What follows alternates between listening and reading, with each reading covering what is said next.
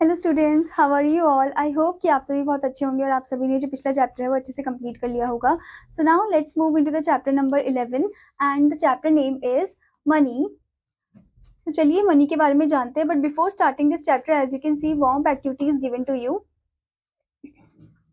Baby bear wanted to buy a football. जो baby bear है उसको फुटबॉल चाहिए, वो फुटबॉल खरीदना चाहता है। He went to a shop with mama bear and पापा बेयर। वो मामा बेयर और पापा बेयर के साथ जाता है दुकान। The cost of the football was ₹90। और जो कॉस्ट था फुटबॉल का वो कितना था? ₹90। ओके, हियर यू कैन सी, यहाँ पर आप देख सकते हो बेबी बेयर दिए हैं और पापा बेयर और ममा बेयर दिए हैं। ठीक है, now student let's start the chapter. So the first topic is counting of money. Indian currency in rupee written as this is the symbol of Indian currency. ठीक है, it is easy to count from the biggest to the smallest notes and coins. बहुत ही आसान होता है count करना from the biggest to the smallest one. Okay, so arrange them first from the biggest to the smallest. पहले हमें इन्हें arrange करना है बिगेस्ट से स्मॉलेस्ट की तरफ। जैसे कि आप देख सकते हो यहाँ पर 500 पहले है जो कि सबसे ज्यादा बिगेस्ट फॉर्म है। ठीक है, देन उसके बाद 100 रुपी है, फिर 100 रुपी है। इन सबको एडअप कर दोगे तो कितना हो जाएगा? 5 + 1 6, 6 + 1 7, दैट इज ₹700। ठीक है, नाउ नेक्स्ट वन, ₹500 आपको दिया है, फिर 100 रुपी दिया है, फिर 50 रुपी दिया है। सो 500 + 100 हो जाएगा 600, और 600 में 50 ऐड करोगे दैट इज ₹650। ठीक है, now next one is 500 rupee, then 50 rupee, then 20 rupee. और उसके बाद आपको यहाँ पर दिया है 10 रुपी, 10 रुपी नोट आपको 2 टाइम्स दे रखे हैं। ठीक है, फिर ₹5 कॉइन दे रखा है आपको, ₹2 का कॉइन दे रखा है। फिर इन सबको आप एडअप कर दोगे, सो द आंसर इज ₹597। ठीक है, now student let's move into the next topic, that is exchange of notes and coins. One note of ₹500 equals to 5 notes of ₹100 each. यानी कि जो वन नोट ऑफ ₹500 है वो 5 notes of ₹100 each है, and which is 10 notes of ₹50 each. ठीक है, 25 notes of ₹20 each and 50 notes of ₹10 each, और 100 notes / coins of ₹5 each. Okay, one note of rupees 100 equals to 2 notes of ₹50 each, 5 notes of ₹20 each, 10 notes / coins of ₹10 each, 20 notes / coins of ₹5 each. Okay, now the next topic is combination of notes and coins. We can combine various notes and coins for a required amount. हम various notes और coins को combine कर सकते हैं। ठीक है, जैसे कि आपको यहाँ पर एग्जाम्पल दिया है ₹17 इक्वल्स टू ₹10 + ₹5 + ₹2। ठीक है, और ₹17 को हम ऐसे भी लिख सकते हैं ₹10, मतलब इनका कॉम्बिनेशन भी बना सकते हैं ₹10 + 5 + 1 + 1, देन ₹17 इक्वल्स टू ₹5 + 5 + 5 + 1 + 1। ऐसे ही ₹17 equals to 5 + 5 + 2 + 2 + 2 + 1। Okay, now the next thing is to buy things we can pay the amount in various combination. तो कुछ चीज़ें खरीदने के लिए हम अमाउंट को कॉम्बिनेशन फॉर्म में पे कर सकते हैं। जैसे कि आपको यहाँ पर दिया है बैट जो कि ₹84 का है, तो इसमें हम कैसे करेंगे? 50 rupee note plus 20 rupee note, then 10 rupee note plus 2 rupee coin plus 2 rupee coin. ठीक है, तो टोटल हो गया ये 84। ओके, ऐसे ही आपको यहाँ पर बुक दे रखा है जिसका कॉस्ट है 182 रुपीज़। ओके, जिसमें 100 रुपी note plus 50 rupee note plus 20 plus 10 and 2 rupee coin, तो इनको एडअप कर देंगे तो ये हो जाएगा 182 rupee. Okay, now let's move into the exercise part. Exercise 11A. So the first question is multiply. तो यहाँ पर हमें क्या करना है? मल्टीप्लाई करना है। तो आपको यहाँ पर दे रखा है 15 पैसे इंटू 5। ठीक है, तो आपको 15 पैसे को मल्टीप्लाई करना है 5 के साथ। तो यहाँ पर जब आप मल्टीप्लाई कर दोगे 15 को 5 के साथ तो कितना हो जाएगा? 5 5 25। ठीक है, 2 इधर आ जाएगा, 5 1 5 6 7, सो इट इज 75 पैसे। ठीक है, तो इसे आप ऐसे सॉल्व करोगे और बाकी क्वेश्चंस भी आपको ऐसे ही सॉल्व करने हैं। अगर जो पॉइंट वाले हैं उसको आप कैसे करोगे? सो स्टूडेंट, नाउ आपको यहाँ पर दे रखा है जी क्वेश्चन जिसमें आपको पॉइंट वाला दे रखा है, तो आप इसे कैसे मल्टीप्लाई करोगे? 0.18 रुपी दे रखा है आपको, उसे 8 से मल्टीप्लाई करना है। सो 8 × 8 इज 64, तो यहाँ पर आप 4 लिखोगे एंड 6 इधर कैरी हो जाएगा। 8 1 इज 8, 8 में आप 6 को ऐड कर दो, कितना हो जाएगा?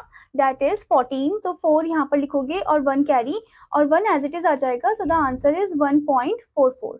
Okay, that is ₹1.44. Now let's move into the next question, that is multiply. तो यहाँ पर आपको मल्टीप्लाई करना है। यहाँ पर आपको दे रखा है अमाउंट ₹1507 and 35 पैसे बाय 3। ठीक है, तो आप इसे कैसे मल्टीप्लाई करोगे? पहले आप यहाँ पर लिखोगे 150 रुपी में और 35 पैसे, ठीक है।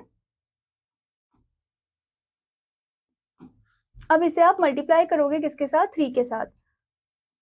So 3 5s is 15, 1 इधर कैरी, 3 3s are 9, 9 plus 1 10, 0 इधर, 1 इधर carry, 1 as it is, then 3 5s are 15, 3 1s are 3, 3 plus 1 4. Okay, so the answer is rupees 451 and 5 paise. ठीक है student. Now the next question is perform the following division. So हमें ये division perform करना है। First question में आपको दे रखा है divide rupees 8 and 8 पैसे by 4, ठीक है। तो हम क्या करेंगे, पहले तो हम रुपीस को कन्वर्ट कर देंगे पैसे में। अब आप ये बताओ 1 रुपी में कितने पैसे होते हैं, डेट इज 100 पैसे। ओके, तो 8 इंटू 100 क्या हो जाएगा, 800 पैसे। ओके, फिर 800 में आप 8 को ऐड कर दो, दैट इज 808 पैसे। तो 808 को आपको डिवाइड करना है 4 से, ठीक है। तो आप कैसे करोगे, पहले आप लिखोगे 808, 4 2 जा 8, ठीक है। ये माइनस होके 0 हो जाएगा, 0 को नीचे लाओगे, 4 0 जा 0 ओनली। ओके, फिर उसके बाद आप 8 को नीचे लेकर आओगे, ठीक है। 4 2 जा is 8, so the answer is 202 पैसे, ठीक है। या फिर अगर इसे आप वापस रुपीज में कन्वर्ट करोगे तो ये हो जाएगा 2 रुपी 2 पैसे। ओके, वरना आप पैसे फॉर्म में लिखोगे तो ये आएगा 202 पैसे, ठीक है स्टूडेंट।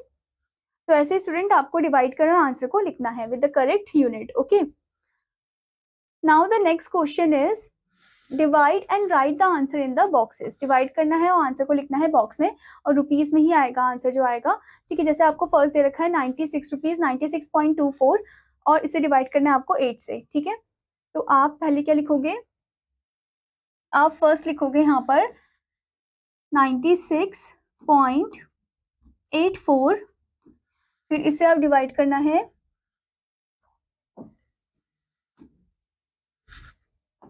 96.24 है स्टूडेंट ये, ठीक है। और इसे हमें डिवाइड करना है 8 से। So first of all 8 1 is 8, then minus ये हो जाएगा 1, फिर यहाँ पर 6 नीचे आ जाएगा, 8 2 इज 16, ठीक है।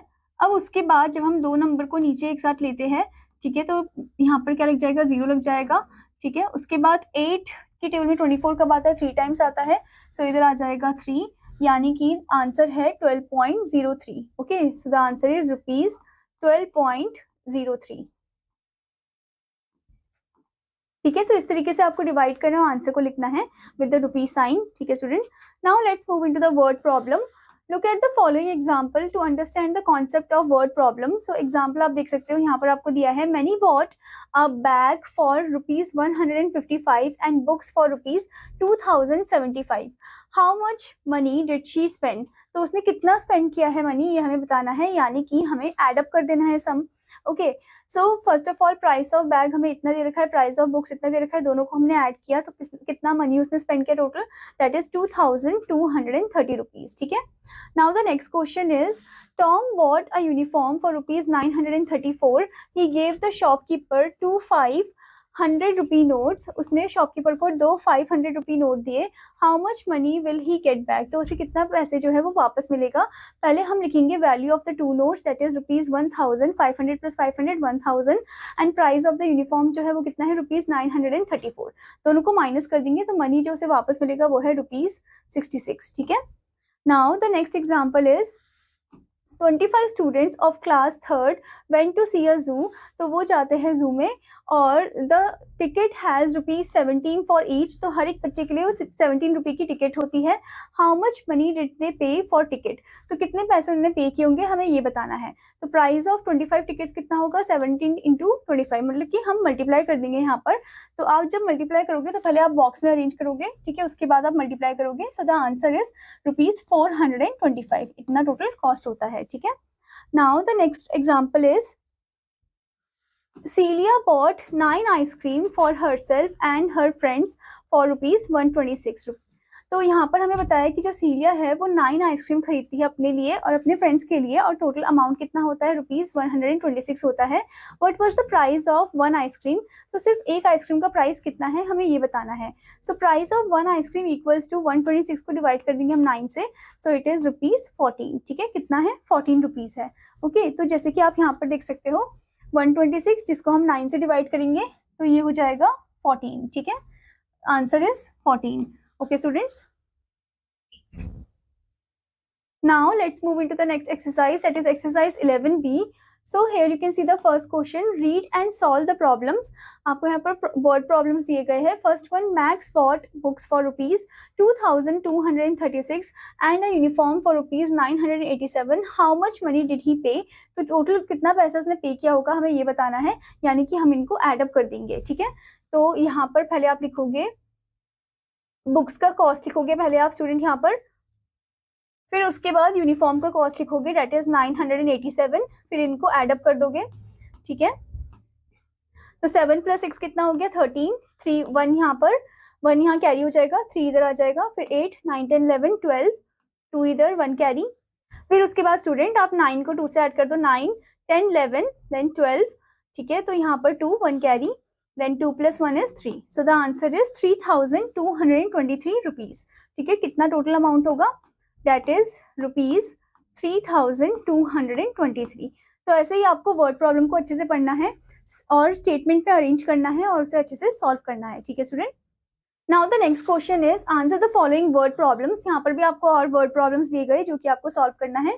First one, Nancy bought a packet of chips for ₹8 and a cola drinking for ₹12.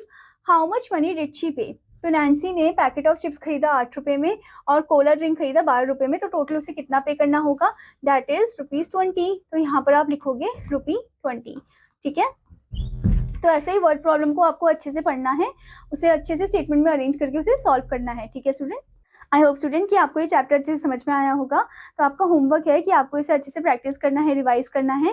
Now I will meet you in another class. Students take care, bye bye.